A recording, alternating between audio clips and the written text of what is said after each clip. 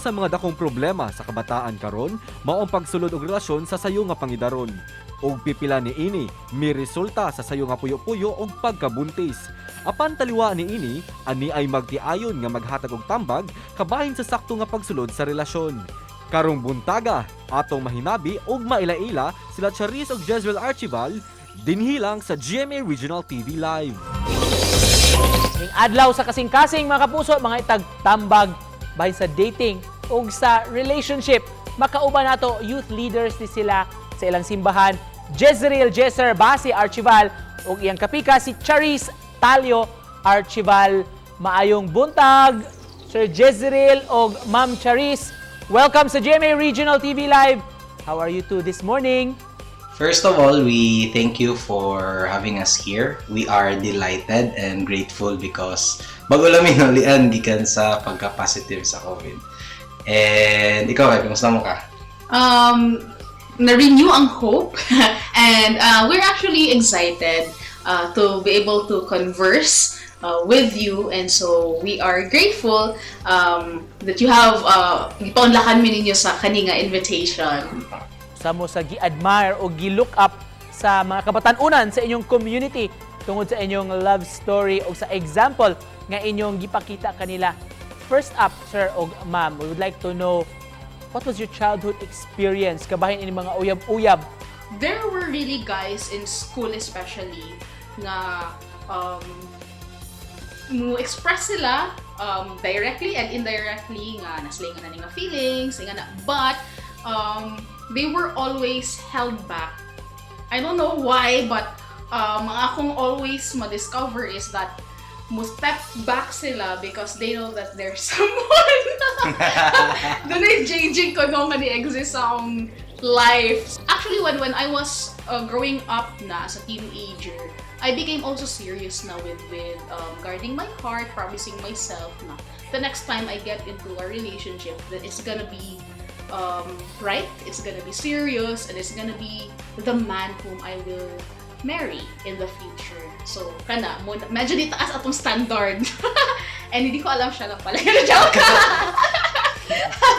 Yeah, that's it. How was your patience tested katong dili pa mo kamong duha together? Lisod siya nga while nag-wait ko niya.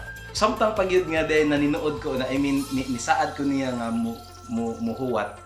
Bisan nagwala siya exact time or time and assurance kung kanus ako niya sugton kay naay mga babae nga text dili lang pagyud mga babae but mga maanyag pud nga mga babae filler. pero kanang na pasalamat ko sa Ginoo kay iyahang gi-sustain ang ako ang kasing-kasing nga mo padayon gyapon kang pag-pursue kang chay as part sa ako ang saad niya nga muhulat. Nganong makaingon man ka nga kini na gyud siya ang the right one for you? Nangayo ko og kaalam and giya sa Ginoo. Lord, confirmation ba gikan niya nga Lord kanang wala okay bawo sa ako ang future, so please i-reveal sa ako kung si China ba gyud ang ako ang minyuan. Ikaduha na ngayon sa kong kaalam po sa ako ang mga mature people nga nasa akong palibot.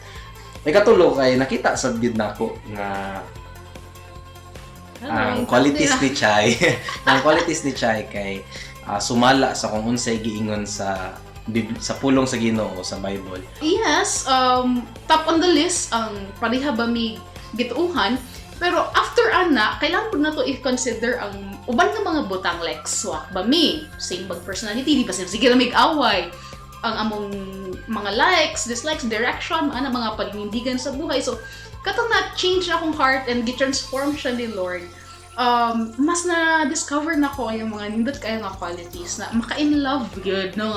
Maka-melt good sa kasing-kasing sa sa girl. Base sa inyong love story o experience in a man's o woman's perspective, unsa man gyud ang dating?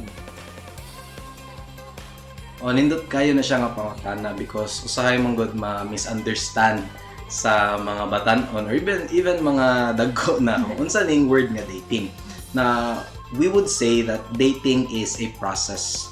A process to be enjoyed. A process wherein we both of you would know each other. No, sa gingon pa sa papa ni Chai nga mo na siya ang process nga din i-picture out nimo imong kagalingon.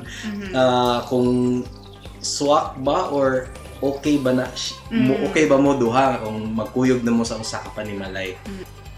Isipan na po unsay mensahe ninyo sa atong mga viewers this morning, labi na sa mga batanon nga nagtan-aw karon. Mauday ni ang among mga ikatambag ninyo. Day, pawata ang lalaki. Zong, kung seryoso ka, paabuta siya. Day, kung lihok og kamot, iwakli. Dong, respetuha ang babae pinaagi sa pagpugong. Day, ay yung taon siya kunhi. Dong, kung wa kay seryosong plano, undangi na lang og sayo. Tungod kay Day, dili ni lumba.